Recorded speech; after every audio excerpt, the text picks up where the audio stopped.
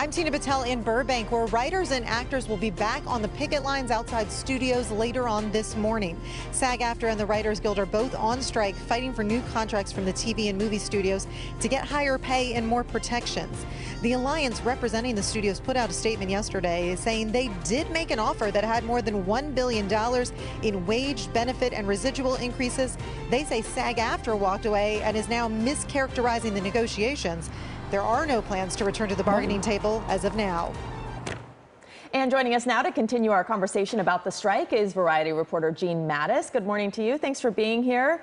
I want to talk about the toll this could take on the entire economy, right? Because there are so many other businesses that rely on Hollywood and on the industry. Do you know what they're doing or what plans they have?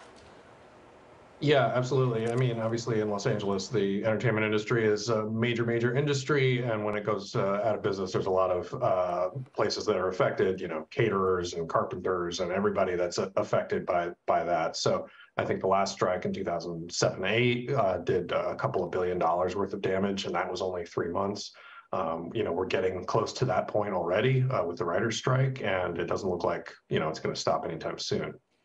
I think, you know, we hear kind of the basics of the situation as to what's happening, that they want, you know, higher residuals and pay.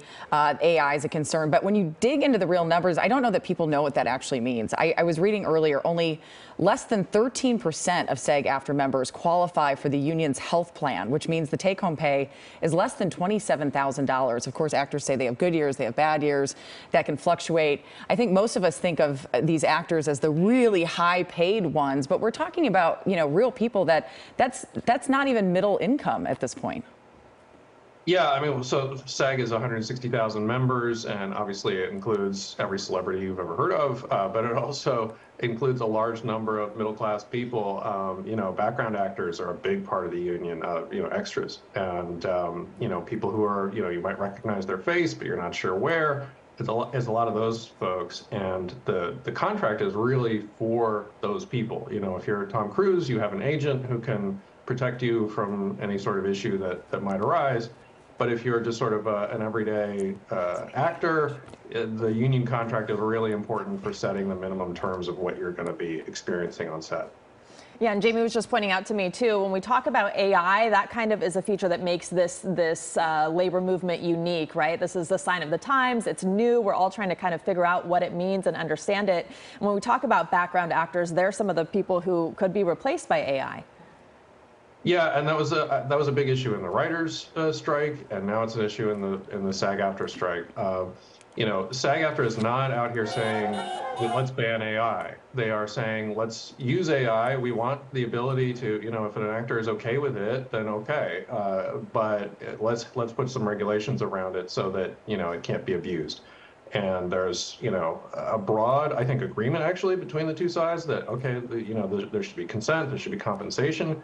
But there's a lot of details too about that, and that's where the real conflict is in this sort of one line at a time, one sentence at a time in these terms of the contract. You know, getting that clear is where we are. You know, we keep saying that this is unprecedented, and I think, is this a convergence of just so many different factors coming together at all the same time? You had the pandemic that led so many studios into the streaming world, racing to get content and compete with people like Netflix. You have traditional TV, cable cord cutting, that type of thing. You have AI coming up. Is this just a really unique convergence of all these issues coming about at once?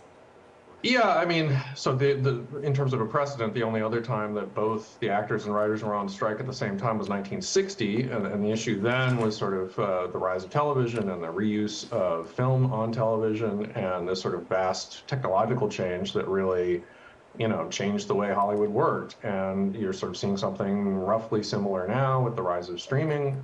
You know, it used to be that television was broadcast and cable. And now, for the most part, it's really streaming. That's what people are watching. And so, obviously, the economics of that are going to be a little different, and that's what the SAG-AFTRA is emphasizing. Then you overlay AI on top of that and say, you know, there's potentially this technology that could make, you know, writing and acting a little different or, you know, obsolete in some ways. And you're obviously going to have, that's a real powder keg, and that's what we're dealing with. All right. Gene Maddaus, thank you for breaking it down for us. Appreciate having you this morning.